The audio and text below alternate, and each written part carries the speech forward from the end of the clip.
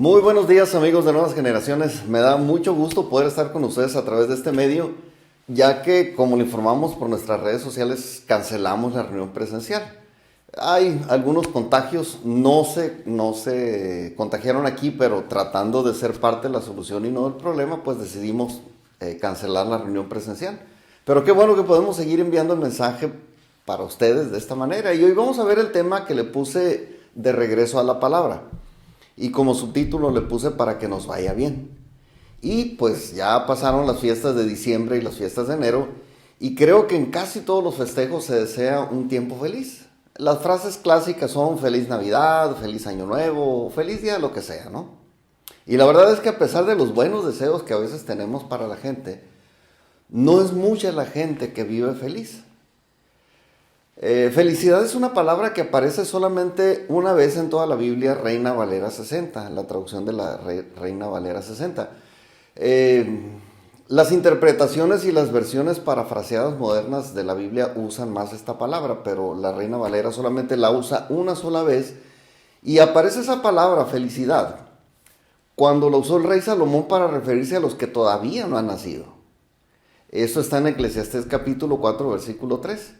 Dice, y tuve por más feliz que unos y otros al que no ha sido aún, que no ha visto las malas obras que debajo del sol se hacen. Entonces este versículo a mí me hace pensar que es posible experimentar la felicidad, pero solamente cuando no hemos sido alcanzados por la maldad que existe a nuestro alrededor. Y aquí quiero marcar una diferencia en cuanto a dos palabras que a veces se confunden, que son el gozo y la felicidad. El gozo, como lo sabemos, es un regalo de Dios, es un don espiritual. Y para disfrutarlo, basta y sobra con que nosotros tengamos una buena relación con Dios. Mientras que la felicidad es algo temporal, es algo que depende de las circunstancias. Por supuesto que no hay ningún método en toda la Biblia que nos indique cómo ser felices, pero Dios sí tiene disponibles para nosotros su gozo y su alegría en cualquier momento. Y en cualquier momento y bajo cualquier circunstancia, ¿no?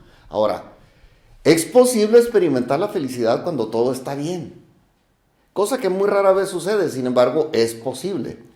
Pero por otro lado, el gozo de Dios no es el resultado de que todas las cosas nos vayan bien. Al contrario, el gozo fue diseñado por Dios para que lo disfrutemos aún en medio de las tribulaciones. Así funcionan las cosas con las que Dios nos bendice. Desgraciadamente, así funcionan las cosas. El hombre pues generalmente concibe las cosas diferentes, pero ustedes saben que el hambre se quita disfrutando un buen plato de comida. El sueño se quita disfrutando de un buen tiempo de sueño profundo. El cansancio igual se quita disfrutando de un buen tiempo de descanso. Y la tribulación, del tipo que sea, se libra con el gozo de Dios. Precisamente para eso es el gozo de Dios, para cuando hay tribulación. Pablo, cuando estaba escribiendo una de las cartas para los Corintios, les dijo esta verdad espiritual que está en 2 de Corintios capítulo 7, versículo 4. Dice, mucha franqueza tengo con vosotros, mucho me glorío con respecto de vosotros, lleno estoy de consolación, sobreabundo de gozo en todas nuestras tribulaciones. Parece una paradoja, pero Pablo estaba pensando que todavía había muchos problemas con los pecadores de la iglesia de Corinto. Pero se gozó y se alegró mucho cuando se enteró del progreso de la gente. Y sí, supo que muchos cristianos estaban siendo perseguidos, pero eso para él era una muy buena señal. Porque el cristianismo genuino se debe distinguir por rechazar y oponer, u oponerse más bien dicho a lo malo. Y justamente eso estaba sucediendo. Los corintios habían sido de los cristianos más carnales de la Biblia. Y no es que quiera ser abogado de los corintios, pero mucho de eso tenía que ver con el trasfondo cultural de Corinto. En la ciudad había un templo dedicado a la diosa Afrodita y ahí ejercían su oficio más de 1000 prostitutas sagradas. De hecho, tenían fama internacional entre los griegos y los romanos. Una muchacha corintia era sinónimo de lo que ahora podríamos llamar como una chica mala. Y los borrachos y los libertinos pues eran llamados también como los corintios, ¿no? Era un sinónimo casi, ¿no? Pero con las buenas noticias de la salvación en Jesucristo que predicó Pablo allá en Corinto, pues la situación cambió. Y Pablo estaba muy contento por eso, porque ahora los cristianos de Corinto estaban del otro lado del mal. Y sí, se les criticaba porque ya no participaban en las prácticas culturales de los corintios. Y se les atacaba porque además de retirarse de estas cosas, estaban participando en rescatar a los que seguían en aquellas prácticas. Y eso en términos evangélicos es un avivamiento. Es un avivamiento real, ¿no? Y ese es el sueño de todos los que servimos a Dios, que la gente transformada por Jesucristo ayude a los que están en la condición que ellos estaban antes. Y eso trae tiempos de felicidad genuina, dentro de la iglesia y en cualquier ciudad donde suceda esto. Y hoy quiero que veamos una historia de felicidad colectiva en el Antiguo Testamento. Pero antes quiero decirles que la felicidad permanente no existe. No existe este concepto. Bueno, nomás existen los cuentos cuando dicen fueron felices para siempre. Sin embargo, hay periodos de tiempos felices que nosotros debemos de procurar. Y nos vamos a remontar hasta el tiempo del rey Josías. El rey Josías, toda la historia del rey Josías está en segundo libro de Reyes, capítulo 22 y capítulo 23. Y dice, leo aquí en segundo libro de los Reyes, capítulo 22, 1 y 2. Dice, cuando Josías comenzó a reinar, era de 8 años, y reinó en Jerusalén 31 años. El nombre de su madre fue Jedida, hija de Adaía, de Boscat, e hizo lo recto ante los ojos de Jehová, y anduvo en todo el camino de David su padre, sin apartarse a derecha ni a izquierda. Josías comenzó a reinar cuando era un niño, y hay toda una historia trágica detrás de este pequeño rey. Su padre fue el rey Amón, y fue un hombre malo que afortunadamente reinó solamente 2 años en Judá. Y hubo una conspiración contra él y lo mataron sus propios siervos. Y como el que a hierro mata, a hierro muere, pues algunos de sus seguidores mataron a todos los que planearon la muerte del rey Amón. Y después que los mataron, pusieron como rey al hijo del fallecido rey Amón, que fue precisamente Josías. Y así comenzó el reinado del niño Josías, que apenas tenía 8 años. Comenzó en medio de muchos problemas sociales y religiosos que él tuvo que lidiar desde temprana edad. Ahora, curiosamente a esa edad, ya entendía que había una enfermedad espiritual en su tierra. Él había vivido de cerca las consecuencias de la maldad de su padre y de su abuelo, porque también habían sido reyes, pero hicieron lo malo y promovieron lo malo. Y vivieron, por supuesto, alejados de Dios, levantando altares de adoración a todos los ídolos por todas partes del país. Pero Josías, en su inocencia y a su corta edad, a diferencia también de su padre y de su abuelo, comenzó su reinado buscando a Dios. Y comenzó a destruir todo lo que parecía que no era de Dios. No lo dice la Biblia, pero yo pienso que también identificaba aquellas cosas con las prácticas que lo dejaron sin padre a tan corta edad. Porque no es normal que un niño se quede sin papá a los 8 años. Pues bueno, en esta ocasión, cuando este muchacho ya había cumplido 18 años, o sea, tenía 10 años reinando, él decidió mandar a arreglar el templo de Jerusalén, que estaba muy dañado y muy sucio. Y encargó este trabajo al sumo sacerdote que se llamaba Hilcías, y a un grupo de especialistas también que iban a hacer el trabajo, ¿no? La obra. Y cuando estaba limpiando y arreglando el desastre del templo, en algún rincón se encontraron unos rollos de la ley. Y de inmediato el sumo sacerdote lo leyó y también se lo mandó al rey, a Josías. Y vamos a ver lo que pasó aquí, en segundo libro de Reyes, capítulo 22, versículos 10 al 13. Dice, asimismo, el escriba Safán declaró al rey diciendo, el sacerdote Hilcías me ha dado un libro, y lo leyó Safán delante del rey. Y cuando el rey hubo oído las palabras del libro de la ley, rasgó sus vestiduras, algo inusual en un muchacho de 18 años. Rasgó sus vestiduras. Luego el rey dio orden al sacerdote Hilcías, a Ahicam, hijo de Safán, a Acbor, hijo de Micaías, al escriba Safán y a Asaías, siervo del rey, diciendo, id y preguntad a Jehová por mí y por el pueblo y por todo Judá acerca de las palabras de este libro que se ha hallado, porque grande es la ira de Jehová que se ha encendido contra nosotros, por cuanto nuestros padres no escucharon la palabra de este libro para hacer conforme a todo lo que nos fue escrito.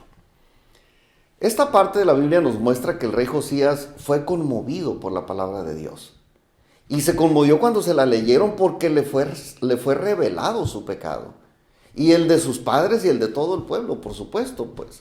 Y supo que la razón por la que estaban viviendo en aflicción, obviamente, era eso. Y entonces el Espíritu de Dios le ayudó a comprender las Escrituras. Y hay, pues, varios versículos que nos hablan de que realmente es el Espíritu de Dios el que nos enseña la palabra de Dios. Esto lo habló Jesús. Jesús nos enseña esto en dos versículos muy conocidos que les quiero leer.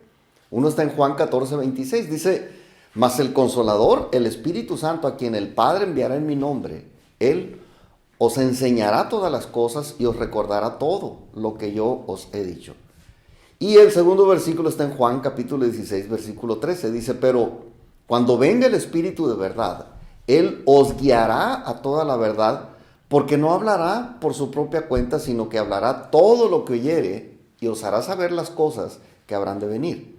Y aquí Jesús estaba incluyendo toda la escritura inspirada por Dios del Antiguo Testamento, las enseñanzas de Jesús durante su ministerio y la revelación de la verdad dada a la iglesia, por supuesto, después de Pentecostés por medio de los apóstoles. Y me regreso otra vez a la historia de Josías.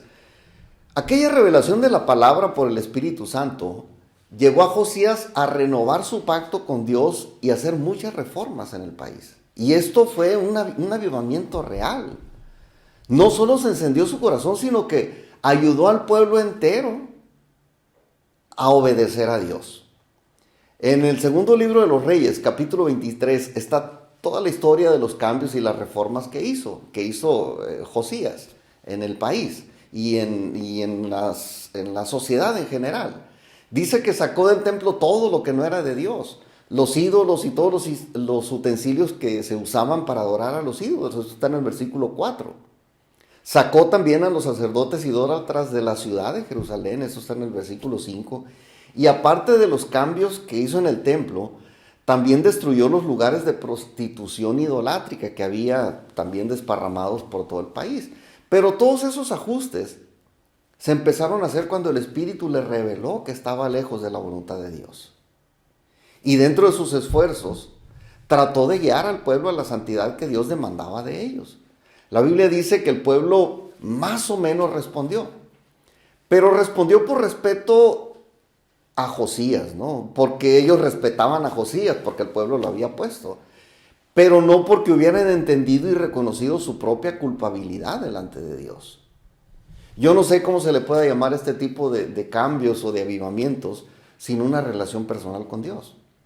Porque es verdad que hay veces que la gente hace un esfuerzo por portarse bien, pero no es porque haya convicción, pues, sino por complacer al líder carismático, al líder popular, y no por convicción propia.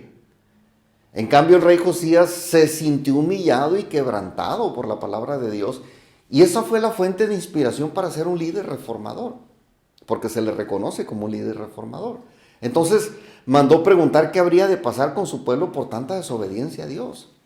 Y encontraron por ahí una profetisa llamada Hulda, y ella le mandó este mensaje que les quiero leer de parte de Dios. En segundo libro de Reyes, capítulo 22, versículos 18, 19 y 20. Y dice así: mas al rey de Judá, que os ha enviado para que preguntéis a Jehová, diréis así: así ha dicho Jehová, el Dios de Israel, por cuanto oíste la palabra del libro, y tu corazón se enterneció y te humillaste delante de Jehová cuando oíste lo que yo he pronunciado contra este lugar y contra sus moradores, que vendrán a ser asolados y malditos, y rasgaste tus vestidos y lloraste en mi presencia, también yo te he oído, dice Jehová. Por tanto, he aquí, yo te recogeré con tus padres y serás llevado a tu sepulcro en paz, y no verán tus ojos todo el mal que yo traigo sobre este lugar. Y ellos dieron al rey la respuesta. Hay ocasiones en que ni las buenas intenciones ni las reformas son suficientes para evitar la ira de Dios. Esto nos lo demuestra. Al rey Josías y a la gente de su generación que se ajustaron a las reformas les fue bien. O bueno, más bien les fue muy bien. porque a pesar de que eran pecadores y de que estaban haciendo las cosas nada más por puro compromiso, les fue muy bien. Y hay algo muy bueno en todo esto, porque fueron felices un buen tiempo. De hecho, en el periodo de Josías se hizo la fiesta nacional mejor celebrada de todos los tiempos. Y vean lo que sucedió en segundo libro de Reyes, capítulo 23, versículos 21, 22 y 23. Y dice, entonces mandó el rey a todo el pueblo diciendo, haced la Pascua a Jehová, vuestro Dios, conforme a lo que está escrito en el libro de este pacto. No había sido hecho tal Pascua desde los tiempos en que los jueces gobernaban Israel, ni en todos los tiempos de los reyes de Israel y de los reyes de Judá.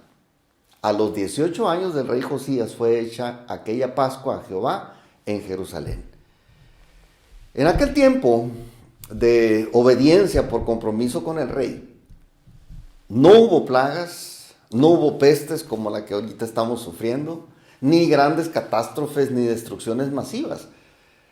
Aquella generación pudo disfrutar de buen tiempo, o de un muy buen tiempo que Dios les concedió, aunque no lo hacían de corazón, pero bueno, obedecían y Dios les concedió ese privilegio de ser felices por un tiempo. Y aquí quiero aplicar un poco de esto a nuestras vidas de manera personal. ¿Qué pasa cuando una persona regresa a la palabra de Dios? Esta historia nos muestra que cuando nos volvemos a la palabra de Dios, Dios nos habla y nos inspira a sacar del templo todo lo que no es de Dios. Dios despierta en nosotros el anhelo de guardarnos en pureza, porque nosotros somos el templo del Espíritu de Dios. Lo decía Pablo en 1 Corintios capítulo 3, versículo 16. Dice, ¿no sabéis que sois templos de Dios y que el Espíritu de Dios mora en vosotros? Y una vez que sacamos lo malo, nosotros debemos procurar mantenernos en la llenura del Espíritu Santo, porque entonces las cosas se pueden poner peor si no lo hacemos. Y esto lo enseñó Jesús en Mateo 12, versículos 43 al 45.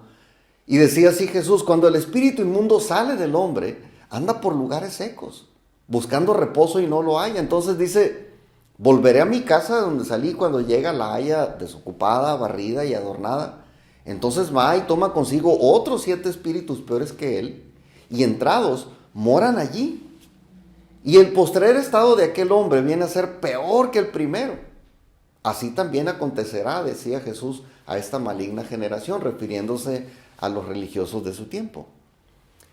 Y justamente esto le sucedió a aquella misma generación de Josías después de que mataron al rey Josías. Al rey Josías lo mataron. Cuenta la historia que hubo un ataque en de Egipto, o del rey de Egipto más bien, contra el rey de Asiria. Y el rey Josías tuvo una gran idea, una brillante idea, y se le ocurrió entrar en esa guerra, sin que nadie lo llamara. Bueno, no dice la Biblia que alguien lo llamó a pelear. Y hasta ahí le duró el gusto, porque lo mató el rey de Egipto. Eso está en el segundo libro de los Reyes, capítulo 23, versículos 29 y 30. Dice, en aquellos días Faraón Necao, rey de Egipto, subió contra el rey de Asiria al río Éufrates. Y salió contra él el rey Josías. Pero aquel, así que le vio, lo mató en Megido. Y sus siervos lo pusieron en un carro y lo trajeron muerto a Megido a Jerusalén y lo sepultaron en su sepulcro. Algunos dicen que fue un error de Josías involucrarse en aquella guerra. Y seguramente sí. Sin embargo, no se nos debe de olvidar que Dios no comete errores. Recordemos que Dios ya le había dicho que iba a castigar al pueblo, pero que a él no le iba a dejar ver no le iba a tocar ver esa destrucción sobre su pueblo. Y eso ya lo leímos, pero se los vuelvo a leer. Segundo libro de los Reyes, capítulo 22, versículo 20. Dice, por tanto, he aquí, yo te recogeré con tus padres y serás llevado a tu sepulcro en paz. Y no verán tus ojos todo el mal que yo traigo sobre este lugar. Y ellos dieron al rey la respuesta. Esto fue lo que Dios le mandó decir a través de la profetisa Hulda a Josías. Entonces mucha gente obedeció y cumplió la ley y les estuvo yendo muy bien, empezando por Josías, ¿no? Y aunque se habían ajustado a las reglas solo por el compromiso que tenían con el rey, sin embargo, después de que el rey Josías murió, la gente volvió a lo mismo. Y obviamente les fue muy mal, ¿no?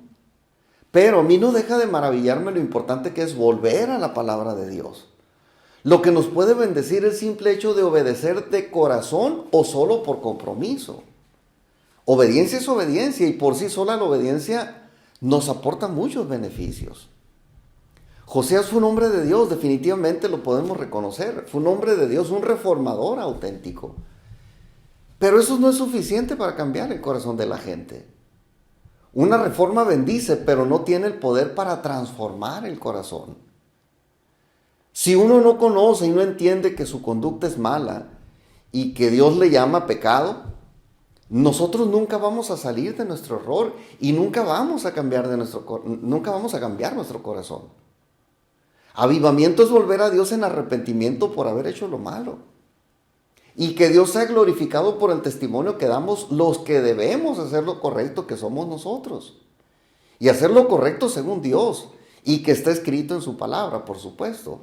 Por eso, cualquier reforma en la iglesia debe de estar libre de influencia religiosa, sea católica, protestante, ortodoxa o evangélica. Y ese fue el caso de lo que se conoce como la reforma religiosa de Martín Lutero. Martín Lutero verdaderamente fue un hombre de Dios, no podemos negar que fue un hombre de Dios.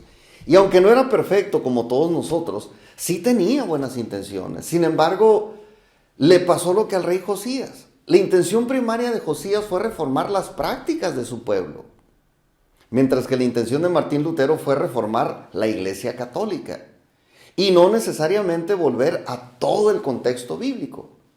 Por eso la reforma religiosa terminó siendo una religión más, lo que se conoce como la Iglesia Protestante o la Iglesia Luterana. Por otro lado, no crean que la Iglesia Evangélica, porque es la que más gente tiene, a la que más gente ministra, tiene la razón. La Iglesia Evangélica ha redefinido también el concepto de avivamiento. Para la Iglesia Evangélica es algo que no se trata ya de volver a Dios en arrepentimiento. Más bien se considera un tiempo de expresión emocional por causa de la bendición de Dios. Y en ese sentido el avivamiento es antropocéntrico y no cristocéntrico. Porque no se busca vivir conforme al deseo de Dios. Solo se busca expresar devoción a Dios por sus beneficios físicos y materiales. Eso es lo que está sucediendo, desgraciadamente. Y ese avivamiento se desvanece cuando no se ve la bendición. Por eso, en tiempos difíciles como estos años de pandemia que hemos estado viviendo, pues mucha gente ya no regresó a la iglesia porque no vio la bendición.